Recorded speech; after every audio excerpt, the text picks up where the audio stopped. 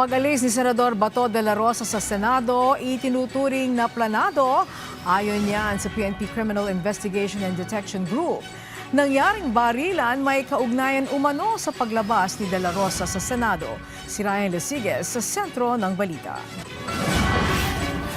May malaking partisipasyon umano si Senator Robin Padilla sa pagtakas ni Senator Ronald Bato de la Rosa sa Senado noong madaling araw ng Mayo 14. Ayon sa PNP Criminal Investigation and Detection Group, planado ang pag-alis ni de la Rosa sa Senate grounds. Katunayan, bukod sa sinakyan nitong puting SUV, may ilang backup car din daw sa labas ng Senado. By indispensable cooperation, it will not happen without him. Iginit din ng CIDG na may kaugnayan ang pagpapaputok ng baril at paglabas ng Senado ni Bato. 2 incidents po yun. Yes. They're related. But the investigation is already with the Department of Justice.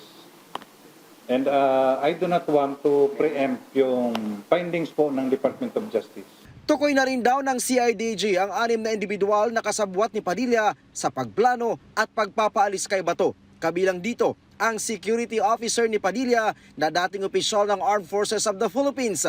Kilala na rin daw ang may-ari ng pick-up na nagsilbing security at backup ng sinasakyan ng mambabatas. Yes, the backup car is a pick-up vehicle. The number of occupants is operationally, I cannot reveal.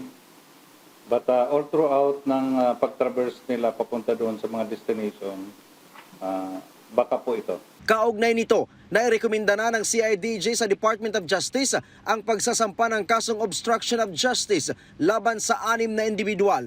Nilinaw din ng CIDG na merong bit-bit na warrant of arrest ang kanilang mga tao sa pagsalakay sa Angeles City, Bulacan at Parañaque. Taliwas ito sa sinasabi ng iba na walang dokumentong dala ang mga operatiba. Samantala, naisilbi na ng Regional Civil Security Unit 11 at Police Regional Office 11 ang letter of revocation para sa mga lisensya ng baril ni Bato. Tinanggap ito ng legal representative ng senador na si Attorney Vicente Adrian Pajaro. Sinabi ni PNP Public Information Office Chief Acting Chief Police Colonel Allen Reyco, sakaling mabigo ang kampo ni Senator de la Rosa na mag-surrender ng kanyang 117 mga armas, saka pa lamang maglulunsad ng operasyon ang mga pulis. Ryan Lesiges para sa Pambansang TV sa Bagong Pilipinas.